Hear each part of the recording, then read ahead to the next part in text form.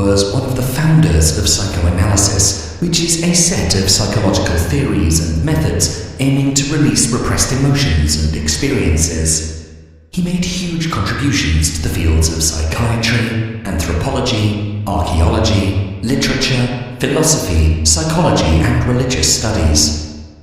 Jung's philosophy is called Jungian philosophy, and some of his most important books are Psychology of the Unconscious, Man and His Symbols, The Archetypes and the Collective Unconscious, Modern Man in Search of a Soul, The Psychology of the Transference, Memories, Dreams and Thoughts, and the relations between the ego and the unconscious. Jung's mentor was the famous psychologist Sigmund Freud. However, he split from him, founding his own school of psychology called analytical psychology. Analytical psychology focuses on the present as well as mythology, folklore, and cultural experiences, with the purpose of integrating the human consciousness. One of the most important aspects of this analytical psychology which Jung founded is the process of individuation. Jung considers the process of finding the self and realizing your potential as an important task in human development. To help you understand how to use Jung's teachings to realize your full potential in life, today we bring you 8 lessons that you can learn from the philosophy of Carl Jung.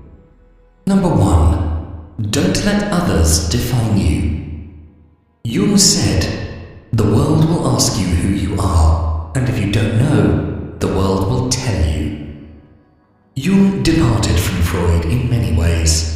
One way was that he didn't consider that all psychological diseases come from some childhood traumas, or that he was not for the concept of the superego, which for Freud represents the voice of conscience, the voice of other people inside ourselves. It's formed in childhood based on what parents and educators told us regarding what's good and what's bad, and who we should be. Jung believed that the internal voice which demands us to behave in one way or another can have many different causes, and isn't limited to biological ones or to past events from childhood or teenage years. Jung thought that our behavior is also influenced by future aspirations and by the way we see ourselves. When we don't have a realistic and positive outlook of ourselves and of our future, we're weaker, with less resistance to face the possible aggressions from other people or from the environment, and these can make us vulnerable to psychological diseases. The world constantly demands us to be in one way or another, and sometimes it gets aggressive with us, testing our limits. What we need to do is to diminish its voice and increase the voice of our own self. From the moment we're born, we're somehow forced to copy others, starting even before our school years. If your self is weak, then you'll listen to them. You'll do whatever others demand you to do. However, in time, you will grow bitter, full of resentment and regrets that you didn't follow your own way of being. Don't try to copy anyone, but rather reflect first on what you really value in life. Do you value more security or freedom? Are you more competitive or collaborative? Are you an explorer? Or do you feel better following a routine schedule and so on? Don't pretend to be someone you're not. For example, don't try to force yourself to appear to be outgoing when in truth you're an introvert. This will only damage you in the long run. You need to always question yourself, who you really are, what your likes and dislikes are, and who you really want to be in the future. Only after you've been through this introspection would you know what actions to take and how to impose your will on the world, instead of letting the world overwhelm you with its demands. No matter your age, you should still invest effort in finding your own style, your own voice, your own behavior, and your own way to conduct your life. To live a good life, you need to live a life which represents you. Without knowing what makes you unique, you can't know what kind of activities you should pursue that can help you reach your true potential. Number 2. Understand your passions. In the words of Jung, a man who has not passed through the inferno of his passions has never overcome founders of psychoanalysis, Jung understood how important it is for his patients to have the courage to face the subconscious elements, which are usually repressed desires. For example, sexual desires or desires to harm somebody else, or a desire for performing an activity that can put you in an embarrassing situation. Only when we have this courage to face them can we heal ourselves from them. When we run away from what upsets us, what makes us uncomfortable or scares us, that thing will come back to haunt us even worse, affecting our behavior and increasing our anxiety. These subconscious elements are usually related to repressed desires or passions. We usually repress them because they're either immoral and unacceptable from society's point of view, or they're too overwhelming and we're not able to cope with them at all. When we have an aloof attitude towards life, when we're passive, reacting slowly to external events, avoiding social contacts, we're usually running away from our passions, or, in other words, from strong emotions which affect our behavior, especially when they're repressed. For example, you might have a passion for communicating with other people. You might have the potential of becoming a great public speaker, but you have a childhood trauma. One adult made fun of you and your way of speaking when you were a child, and this event made you fear opening yourself up to other people and risk being embarrassed again. The best way to heal from such anxieties and discover your real passions again is to practice more journaling, analyze your dreams, get to know yourself better, be more forgiving with yourself, make time for things you really care for, learn to overcome your fears step by step. Looking at the given example, you could take some lessons in public speaking and maybe discover just how talented you are and how unjustified your fear was. Get more in touch with what makes you feel alive and more knowledgeable about the inner workings of your inner passions. Number 3. Focus on who you want to be. To quote Jung, "I am not what happened to me. I am what I choose to become." Although Jung was deeply interested in mythology and even came up with the concept of collective unconscious, which is the part of our unconscious that's common to all human beings, deeply influencing us in many aspects of life without our awareness, he was for a stronger development of our conscious capabilities to decide our own fate. It's also possible that precisely because of knowing how vulnerable we are to the unconscious elements, Jung emphasized on the importance of choosing who we want to become and integrating all the unconscious elements into this identity, even the components of our immature psyche, for example, some attitudes that we picked up in childhood, like a constant desire for love and attention or the fear of abandonment. We need to integrate them over time into a well-functioning whole, which is our individuality. This process of integration Jung called individuation. What defines us is the end goal towards which we aim, this being the well-functioning whole, what we choose to become. Having a goal regarding the person we wish to become is extremely important for the good functioning of our psyche. If we don't know who we want to become, how we want to represent ourselves in the face of the world, we'll just go with the flow. One danger in living your life as it comes, without putting your will to work, without putting effort into thinking through when taking important life decisions, is that you might find yourself in a situation that completely copies a traumatic episode from your past. When we leave our life to the unconscious driver, it leads us back to something unresolved from early times, and it's usually a negative experience that we need to find an answer for. For example, if you come from a dysfunctional family in which you were neglected or perhaps even abused, if you just follow your instincts or your heart in choosing your life partner, you risk ending up in the same type of household, copying the same situation. Following your instincts blindly and not using your reason into taking decisions that prevent you from making the best decisions in life and from realizing your potential. The immature element of the psyche in this example is the fear of abandonment, and this fear makes you search for the same pattern of dysfunctionality. To here, you need to have a clear vision of where you really want to end up. Make a clear and rational plan on how to get there, and follow through, not giving too much attention to your doubts and fears. Thus, while focusing on who you want to become, you integrate the components of your immature psyche into this new personality who isn't afraid anymore. To avoid being a victim of your fears and your past, you need to spend more time with yourself, reflect on your past experiences, think of what they can teach you, understand that they don't define you. What defines you is who you want to become. Then you have to decide who you really want to become and strive in real life to be that person. Number 4. Give up your addictions. Jung teaches us that every form of addiction is bad, no matter whether the narcotic be alcohol, morphine, or idealism.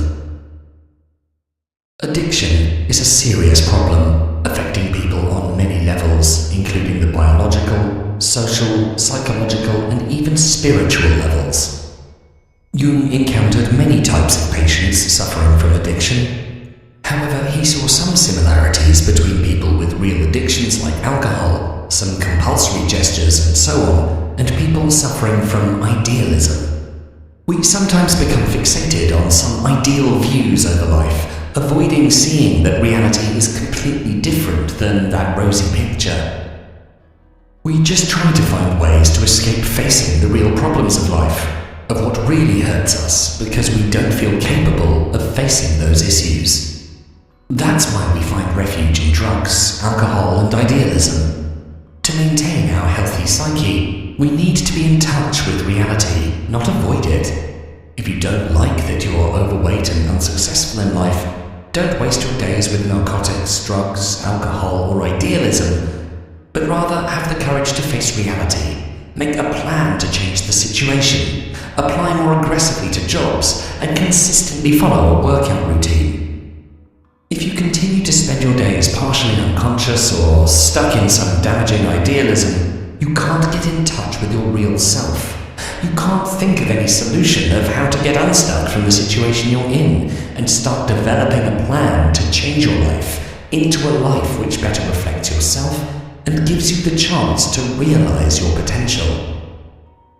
Number 5. Be honest about your capabilities. Jung considers that you are what you do, not what you say you'll do. As a psychoanalyst, Jung always saw through his patients, no matter what they pretended to be. We are almost never who we pretend to be. What we do speaks for oneself much louder than anything we communicate verbally. The process of individuation which Jung wrote about implies aligning your actions with your ideal about yourself.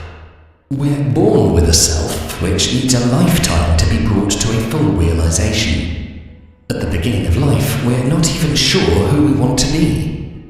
Jung considered that the first stage of life is dedicated to both ego development and personal development, the image we show to the world. However, we need the second stage as well, the stage when we should reach a full integration of ourselves. In the first stage, you're not even sure who you truly are, so you just experiment with different ways of living. Once you reach about 40, the second stage begins, and you should get a much clearer idea of who you really want to be, and so you should align all of your actions with that image of yourself. Even before this stage, it's always good practice to keep your word and have a realistic view over your time limits and skills, and this view should be formed according to your past experiences. If every time you studied for an exam just the night before, and you always got a lousy mark, maybe you shouldn't do that next time if you want better marks. In the same way, if your boss asked you if you could do this task by tomorrow, don't rush to say yes. Especially if you know that you're really not that strong in that area, and it would be very likely that you'll need the help of another colleague, and that it will take you much longer than a well-practiced expert. If you fail in delivering your promises repeatedly, people will stop trusting you and your words won't mean anything to them anymore. It's okay at the beginning of life to But there will be a time in your life when you need to draw some conclusions regarding your limits, and you need to align your promises according to those conclusions. In our journey to reach our potential, it's important to face our limits, which can be considered as good indicators to turn around and do other projects instead. It's always better to be honest with yourself first and with others regarding your capabilities. It can help you enormously to find the most appropriate path for you to achieve your potential. The more honest you are regarding what you can do and what you can't, the faster you can find those activities which you can excel at with minimum effort, and the faster you can find your way to achieve your potential. Number 6. Make strengths from your weaknesses. Jung stated, "I regret many follies which sprang from my obstinacy, but without that trait I would not have reached my goal." In his book, Memories, Dream, Reflections, Jung reflected on his life and how different it could have been if he himself was different. He considered himself being too obstinate, stubborn, but at the same time he acknowledged that without his stubbornness, he would not have reached such successes in his life as he did. In some ways, any weakness can prove to be a strength if it's explored in the right direction.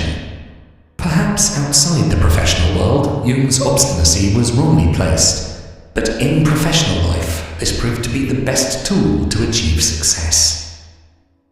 As long as you are going through the individuation process, your life would be for you as it should be. Jung believed that we all have a kind of destiny which is strongly tied to our personality, and we should just follow it wherever it takes us. The most important thing is to live in harmony with ourself, that is, in a continuous process of realization. Don't criticize yourself for your weaknesses, but rather think how they can help you in certain areas of your life. Make a list of all the things you're criticized for and of how you can use these bad traits in a useful way and avoid using them where you shouldn't. For example, let's say you're a very sensitive person, living more in your imagination, and others used to criticize you for your lack of practical skills, that you don't even know how to fix a common problem in your household. Instead of fighting with yourself, trying to prove others wrong and focusing on upgrading your practical skills, you should turn your focus to your creative side, towards your imagination. Perhaps you can discover that there's a great artist living inside you who just needs the right tools to come out. Perhaps you could be a great painter, a musician, or a great writer.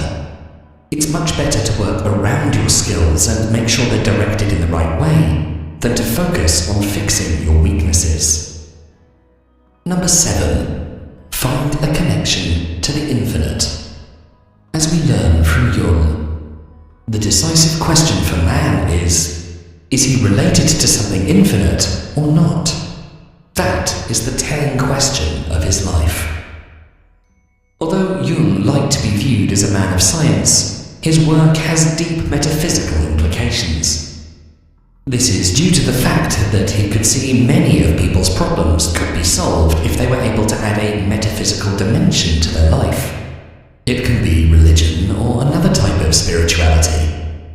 When our life is understood in the context of something bigger than ourselves, our life gets more meaning and we start to feel more secure and happier, stronger to tackle life's problems.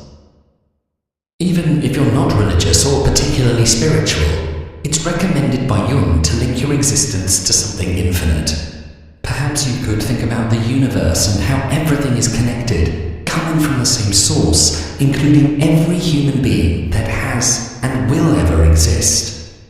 The effort you put into your work, the kindness you show to humans around you, can be reinforced by the thought that you're part of this human species and your life matters. You're one of the millions of forms through which our species evolved and continues to expand.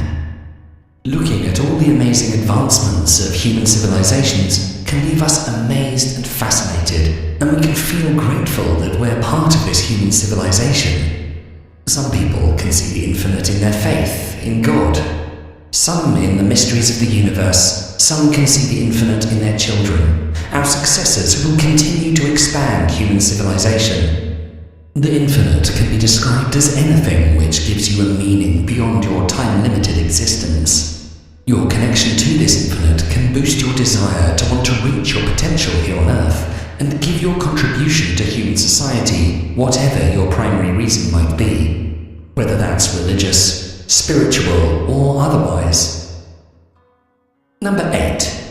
Make time for deep reflections. In our final quote from Jung for this video, he says, "You must be alone to find out what supports you when you find that you cannot support yourself." Jung has personally seen solitude as one of the best ways to heal oneself, and he even said that solitude makes life worth living. To find happiness and realize our potential, we need to live in harmony with our inner demands. And solitude is the best occasion to discover what our inner demands are. This is especially true when you face difficulties in life and feel helpless. You should go into solitude to reflect on what can give you meaning in life, what can support you emotionally, and what steps you should take next to realize your true potential. Maybe a stroll by the lake can make you understand that life's beauty doesn't rely on how many bucks you have in your wallet or how many titles you hold, but on the happiness and the state of peace you feel when you have most of your affairs in order, that you perform in life those activities which make you feel happy and fulfilled, helping you realize your potential. Think of what activities make you happy. Don't hold back. Imagine money was no object. What truly makes you happy? Identify that, and you're now free to stop and think. To find ways to focus your energy on those activities which help you realize your potential. Realizing your potential is a journey, and solitude can provide moments of reflection that can help you assess how far you are on this journey and what you should do to advance more.